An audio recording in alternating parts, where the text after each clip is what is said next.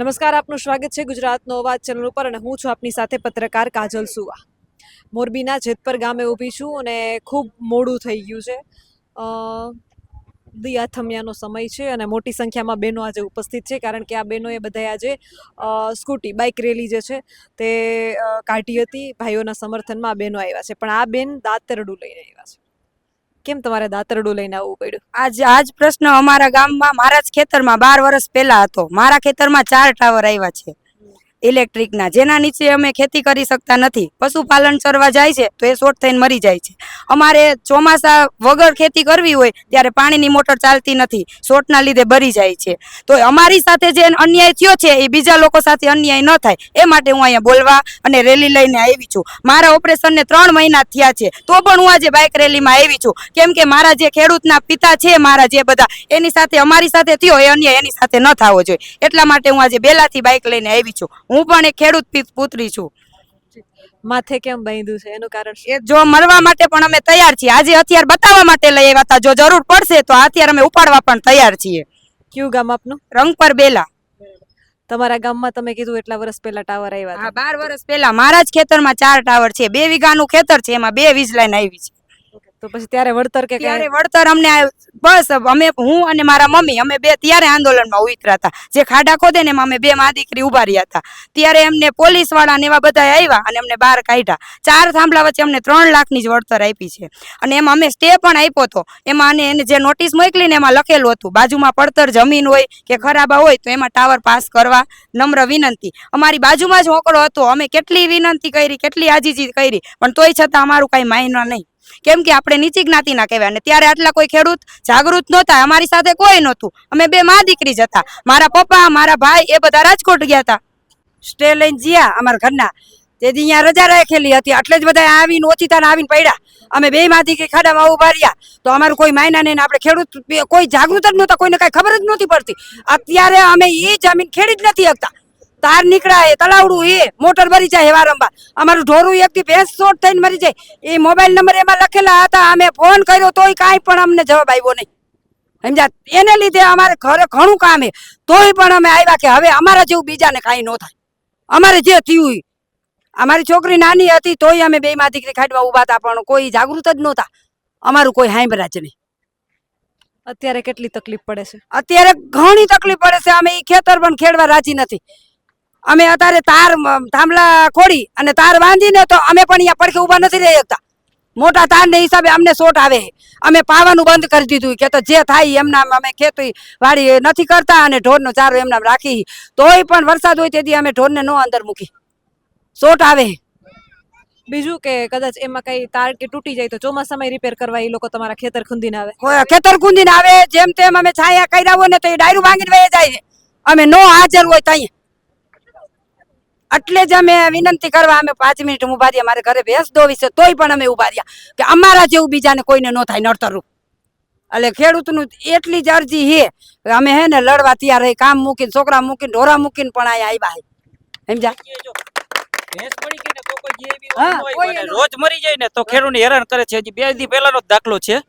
ગોંડલ બાજુ નું ગામ છે, ત્યાં કે નીલગાય શોટમાં આવીને મરી ગઈ તો 1.5 લાખ રૂપિયાનો ખેડૂતને દંડ આપ્યો છે. આ બેન ની ભેંસ મળી ગઈ, ફોન કરો છતાં કોઈ નહોતું આવ્યું. કોઈ નહોતું આવ્યું. તમારી ભેંસ મરી ગઈ? હા, અમારે થઈ ગયા 5 વર્ષ ને આ આવ્યા ને ટાવર. મારી છોકરી 12 વર્ષની હતી અને અત્યારે બીજા 12 વર્ષ થઈ ગયા છે. સમજ્યા તમે? તોય કઈ માનતા જ નથી, અમારું સાંભળતા જ નથી. અમારે ન્યા કડે અમારે પડતર જમીન પડી છે ને તો અમને એમ થાય કે મજૂર માટે ઝૂંપડું કરી તો ઝૂંપડું ન કરાય. ઈ બહારના લોકો બિચારા મરી જાય ને. અંદર ટાવરમાં નંબર લખેલા હોય તોય અમારું કઈ નથી સાંભળતા. એટલે અમે નમ્ર વિનંતી જ કરવા આવ્યા. અમારા જેવું બીજાને કોઈને ખેડૂતને ન થાય. અને જંગલી જાનવર આવીને મરી જાય ને તો વન વિભાગ વાળા ખેડૂતને હેરાન કરે છે.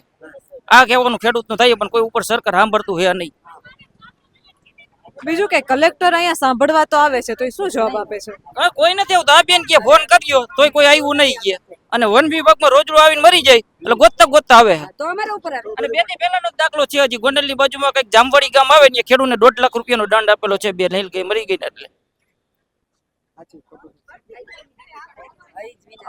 જે રીતે આપ સૌ સાંભળ્યું કે ખેડૂતોને એને વીજલાઈન પસાર થઈ રહી છે તો એની પોતાની ભેંસ કે પ્રાણી કોઈ જાનમાલની નુકસાની થાય તો એમને વળતર નહીં. નીલગાય મળે તો ખેડૂત મરી જાય તો ખેડૂતોને દંડ આપવામાં આવે છે.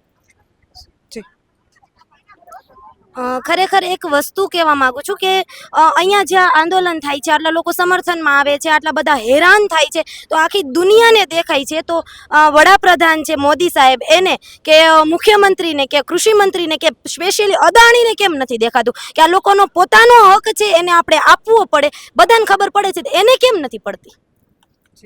બેનની વાત તો સાચી છે કે એટલા બધા મીડિયાના માધ્યમથી, સોશિયલ મીડિયાના માધ્યમથી આટલા બધા જેતપરના વિડીયો, રીલ્સો, સાણંદની, જેતપરની, સુરેન્દ્રનગરના કોંઢની, દેવભૂમિ દ્વારકાની, કચ્છની આટલી ખેડૂતોની જે છે રીલ્સો આવે છે, તો પછી તમને દેખાતી નથી કે તમે જોઈને અનદેખી કરો છો? એ નથી સમજાતું. નહીં તો નરેન્દ્ર મોદીને કઈ અમને એમ કહી દો ને કે અમે નથી પહોંચતા કંપનીને, એમ તો અમે જઈને પહોંચી લઈશું. એ અમને એકવાર છૂટ આપી દી કે અમે કંપનીને નથી પહોંચતા, તમારે જે થાય કરી લ્યો, તો અમે કરી લઈએ. અમે એને ભાઈઓને થાંભલા કાપવા બેહારશું અને અમે બેનો દાંતેડા લઈને ઊભા રહીશું, એને માથા બાટી નાખશું. ખેતરમાં પગ દઈએ ને તો ખબર પડી કેવી રીતે આવે એમ.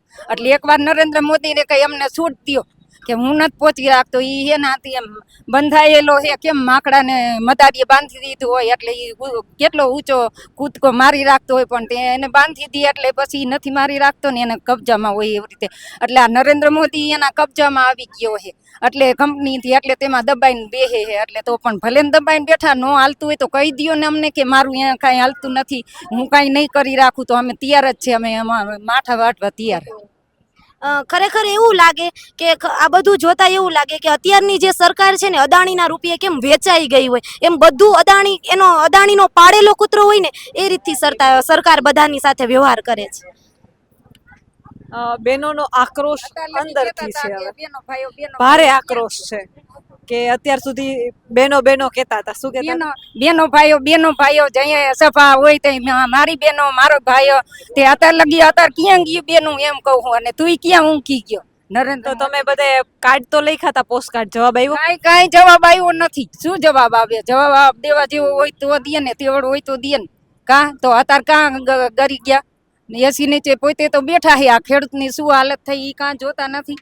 અને રોટલી હરોજ નરેન્દ્ર મોદીને કહી, તું આ મીડિયા માધ્યમથી હું એને કહું છું કે હરોજ તમે બિસ્કિટ ખાવો સોનાની, કે રૂપિયા ખાવો, રૂપિયા ખવાય છે, તો ત્યાં રોટલી જ ખાવા જોઈએ. તો ત્યાં કાં નથી ખેડૂત સાંભળતો, એમ કહું છું.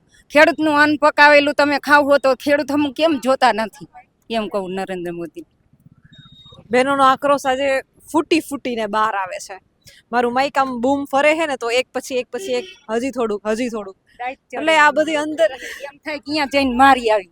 અમને દેવી બેન આચકા દાઈત ચડે હે કા છૂટ દે ને અમને ભાઈઓ કે જાઓ તમારે જી કરવું એ કરો, તો કંપની વાળાને લાવો, હું એકલી માર્યો, કંપની વાળાને નરેન્દ્ર મોદીને બેયને માર્યો, એવી દાઈત ચડી, એવી હાથી કા ખીચ ચડી ગઈ.